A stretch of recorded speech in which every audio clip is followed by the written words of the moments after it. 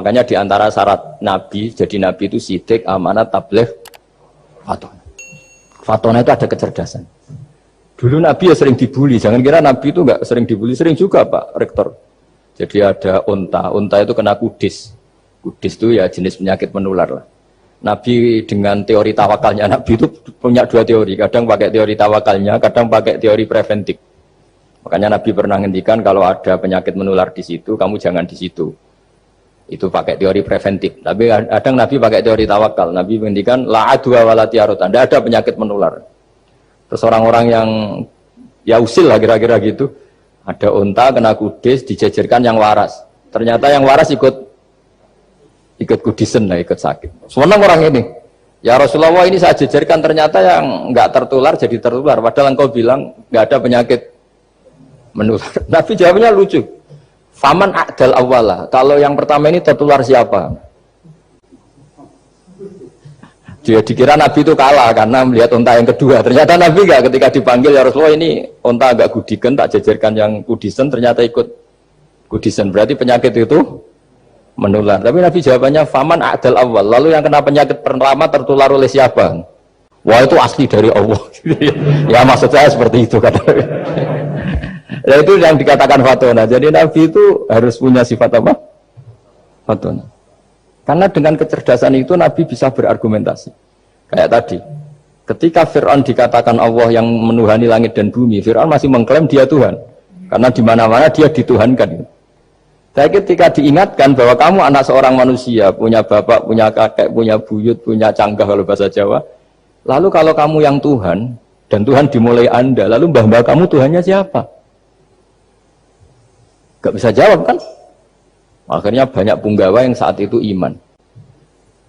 Jadi iman itu bisa menghunjam kepada siapa saja, termasuk yang orang-orang topnya Fir'aun. Sehingga ketika Fir'aun rapat Musa harus dibunuh besok, tangkap besok, sebagian mereka itu membocorkan informasi itu. Datang ke Musa, tadi malam kita ikut rapat, keputusannya Anda dibunuh, maka larilah kamu. Itu barokahnya iman. Artinya ya karena logika Musa lebih masuk akal, ya mereka lebih percaya sama Musa. Tapi gara-gara profesi ya tetap kerja, dan yang mulai ribet tuh. Mulai ribet. Jadi makanya kamu jangan tanya kaifa hukmul mukmin sing yukhfi imanahu, bagaimana hukumnya orang mukmin yang menyembunyikan imannya demi aman. Ya tidak usah kamu jawab. Kalau kamu jawab boleh ini kok kayak pecundang. Kamu jawab haram, pernah terjadi itu. Wa qala rajulun mu'minum min ali fir'auna yaktumu imana. Ini khazanah ya. Jadi saya mohon mengkaji Islam itu harus dengan sisi-sisi yang bisa difahami orang pinter juga orang bodoh. Kata Imam Ghazali banyak itu. Karena hadatin itu harus difahami orang pinter juga orang bodoh. Terus contoh yang paling populer tentu sering saya utarakan masalah iddah. Iddahnya orang terceraikan itu 3 kali masa suci. Kalau menurut Abu Hanifah 3 kali masa haid. Orang pintar tahulah kalau perempuan sedang haid, menstruasi pasti sedang tidak hamil. Sehingga kalau dia sudah haid 3 kali ada kepastian tidak hamil. Kalau tidak hamil artinya apa? Nggak ada sperma dari zaut awal, suami pertama yang jadi anak dia. Padahal tujuan iddah adalah nanti kalau di hubungan suami istri sama suami kedua, jelas anaknya suami kedua. Tapi kalau andaikan tidak ada iddah kan, malam hubungan suami istri, pagi bentrok cerai, terus kawin. Kumpul suami istri lagi, terus nanti anaknya itu anaknya siapa? Kan nggak jelas. Kalau sampean bisa klaim lewat DNA juga mungkin secara ilmu objektif Pak Rektor. Masalahnya juga bisa disuap kan? Saya sering dibantah orang-orang itu. Wah Gus, DNA itu otoritatif karena gini-gini nggak mungkin, bohong kamu. Ya DNA-nya nggak bohong, pegawainya bisa disuap kan? Kayak nggak tahu manusia apa nggak tahu Indonesia, nggak tahu terus. Itu yang sensitif itu, yang mulai wilayah sensitif itu. Nggak tahu manusia apa kayak nggak tahu Indonesia. Manusia aja ya sudah. Berarti Anda sangat nasionalis. Jadi ribet kan? Maka dianjurkan ada iddah. Dengan iddah selesai berarti benar-benar perempuan ini baru atur rahmi, rahimnya steril dari unsur mani zaut awal. Dan kalau 3 kali masa suci itu artinya apa? Kira-kira 3 bulan. Kira-kira ya. Wal mutallaqatu yatarabbasna bi anfusina salah satu apa? Quru. Pertanyaannya kalau 3 bulan, andai kan tidak pakai teori ilmiah, menstruasi itu sudah teori ilmiah. Ada yang tanya ke saya, Gus kenapa harus sampai 3 kali, padahal menstruasi pertama pasti sudah tidak hamil. Saya jawab, menstruasi pertama itu namanya keluar darah. Nggak ada jaminan kalau itu haid, bisa saja keluar darah karena kaget, karena kecelakaan, karena apa. Sehingga kalau misalnya perempuan diceraikan, Gus saya sudah haid. Yang jamin kalau itu haid siapa? Maksudnya keluar darah dengan makna tidak hamil. Biasa saja keluar darah kali ini faktor kaget ya, atau faktor kecelakaan. Tapi kalau sampai 3 bulan, karena per bulan haid sekali, itu meskipun haidnya keliru. Haid keliru itu misalnya sebetulnya itu gak darah haid, tapi darah penyakit, istikhadah, kan tetap kelihatan. Masa 3 bulan gak bleeding, Joro Jawa? Kan mesti bentuknya tubuh sudah berubah. Artinya kata ulama-ulama, agama ini nggak bisa hanya mengacu ilmu. Kalau mengacu ilmu haid sekali sudah cukup. Tapi kenapa harus 3 kali? Karena itu 3 kali. Orang awam tahu semua kalau itu sedang hamil atau tidak hamil. 3 bulan dari dicerai kan kelihatan kalau hamil ya bentuk tubuhnya sudah rubah. Kalau enggak, intinya agama ini harus agama yang mudah difahami orang pinter, juga difahami orang yang tidak pinter. Kayak tadi bulan tadi. Saya juga gak ngira kalau orang goblok jadi pinter itu. Jadi ini cerita ya. Jadi supaya kita meskipun di lembaga kampus, di lembaga modern, jangan lupa tradisi-tradisi kebodohan ya diabadikan lah kira-kira. Karena bodoh kadang ya penting. Makanya kalau cerita di dunia wali itu kaca, Anda boleh gak nerima cerita ini, tapi Anda harus percaya kalau kekuasaan Allah itu tidak terbatas. Kenapa orang Madura begitu mencintai kiai? Sebetulnya niatnya ya agak-agak baik, tapi ya baik, nggak baik tapi baik. Ada santri itu Madura, dia saking percaya sama kiai itu ya khidmah, bikin teh, masakan kiai, mijetin kiai, pokoknya waktunya diberikan semua untuk kiai. Dan dia nggak pernah ikut ujian, apalagi ujian kelulusan disertasi dokter nggak pernah. Kalau sekolah nggak pernah ikut ujian. Sudah ya saya ridho jadi orang bodoh, sementing ikut jenengan. Suatu saat orang ini mati. Kiainya tuh pusing, waduh mati. Ini di dalam alam mimpi itu, kamu boleh gak percaya, nggak wajib percaya memang. Ini kan ada akidah, jadi tidak wajib percaya. Ditanya sama malaikat, Marabbuka, Tuhan kamu siapa? Jawabnya lucu, malaikat kamu itu gimana? Di mana-mana tanya sama orang pinter, orang bodoh kok kamu tanya? Usengan malaikatnya. Di mana-mana namanya tanya, itu ya sama orang pinter. Masa orang bodoh ditanya? Yang bener aja kamu. Makanya bodoh ini ya senjata, makanya ini kita kalau pinter ya alhamdulillah, kalau bodoh ya alhamdulillah. Karena bodoh itu penting. Kalau negara ini tidak makmur, yang disalahkan mesti para rektor. Gunanya apa ada rektor kalau nggak solusi bagi bangsa ini? Orang bodoh pasti nggak disalahkan kan? Nanti kalau ada hisab, kenapa Indonesia carut marut? Yang dipanggil Allah itu menteri rektor, pasti itu. Apa kontribusi Anda sebagai orang pinter, sebagai profesor, sebagai orang bodoh aman? Santai, nggak kena panggilan kan? Karena ada harus bertanggung jawab. Akhirnya terus malaikat tanya, ya lalu yang pinter siapa? Yang di atas itu, kiainya yang nalkin itu, yang di atas itu. Walhasil kiainya itu karena wali itu dengar.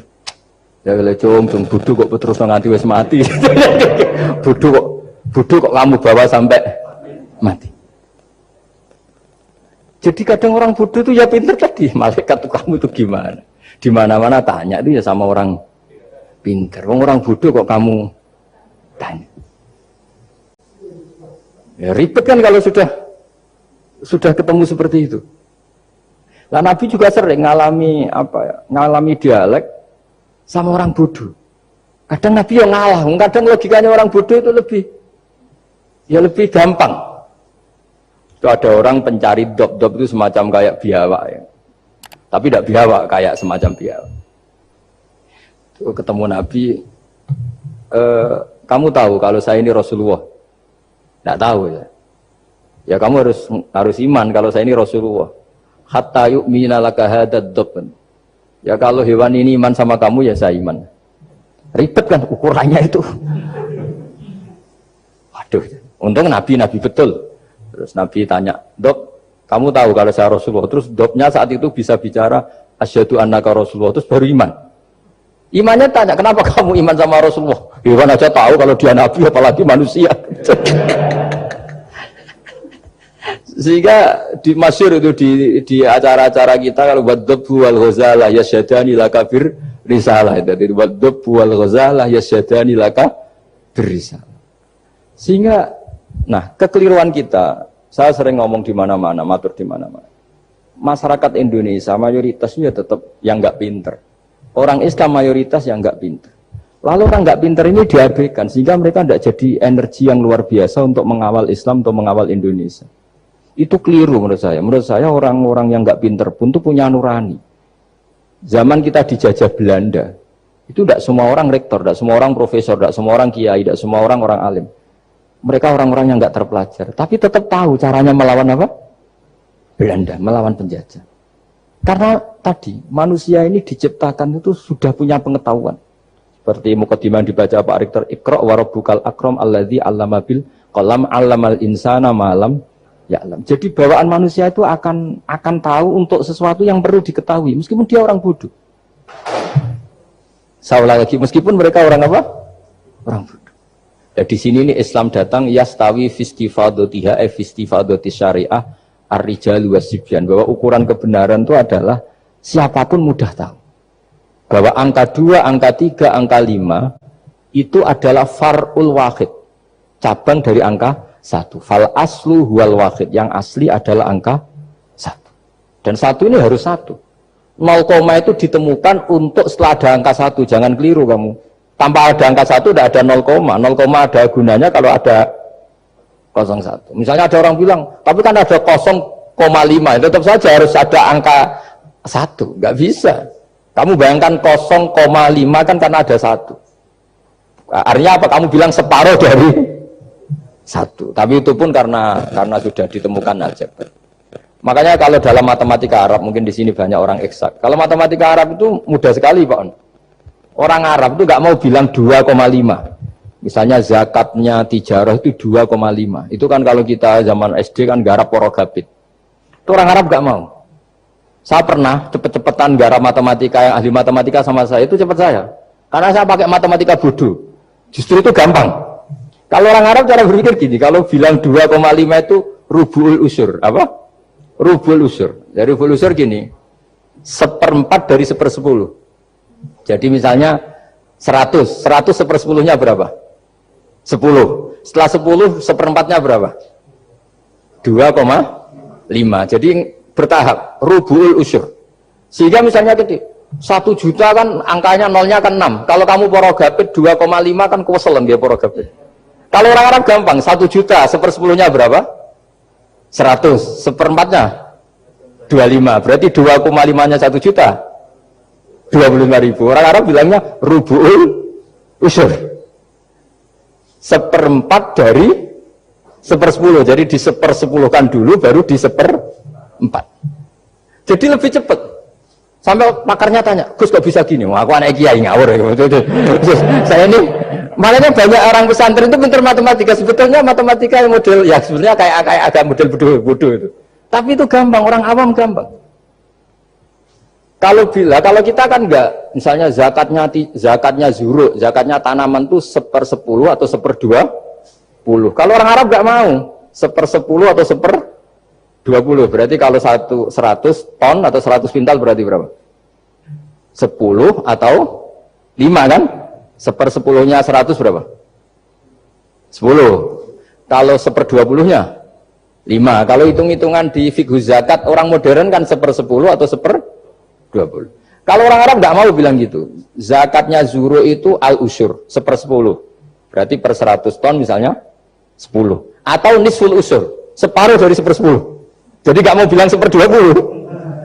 Usyur atau nisful usyur. Gampang mana coba? Ya kan, usurnya kan 10. Kalau nisful usyur 5 atau 1/20. Daripada gawe porogabit, wah seruak. Jadi kita ini yang kelihatan goblok matematikanya ya pinter juga gitu.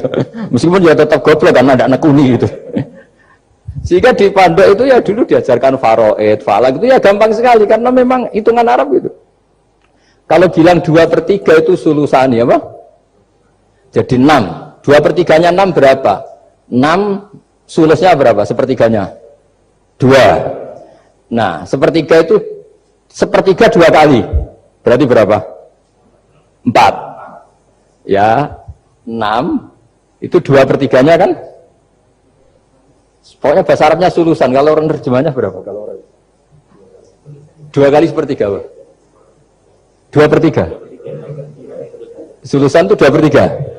Nah, itu kalau orang Arab bilang enggak 2/3, sulusani. Sepertiga 2 kali. Jadi 6 di sepertiga dulu 2.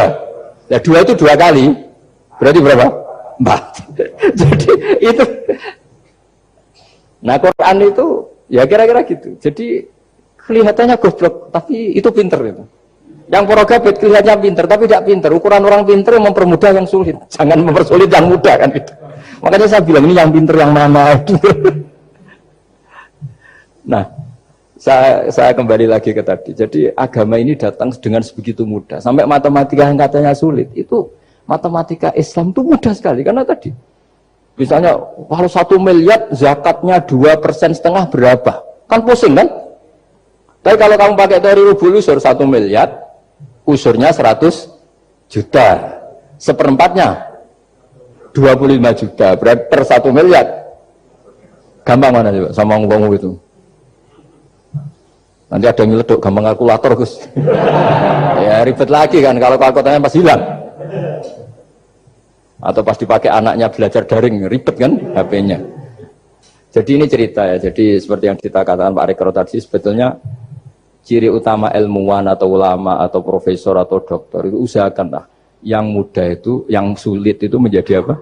Mudah. Yuridu wa bikumul yusra wa la yuridu bikumul usra. Sehingga kata Imam Alamudi, dia menjadi wali besar itu justru karena belajar tauhid. Yang dari belajar matematika tadi, dari matematika, dia tahu bahwa angka berapapun jumlahnya itu binisbat ilal wahid, itu semuanya nisbatul far'i ilal asli. Semua itu cabang dari satu. Alam ini kayak apa besarnya, apa Mars, ada Jupiter, tetap semuanya nisbatnya ke Allah adalah nisbatul far'i ilal asli. Semua itu diciptakan oleh pokok yang satu, yaitu Allah Subhanahu wa ta'ala. Saya kira demikian. Assalamualaikum warahmatullahi wabarakatuh.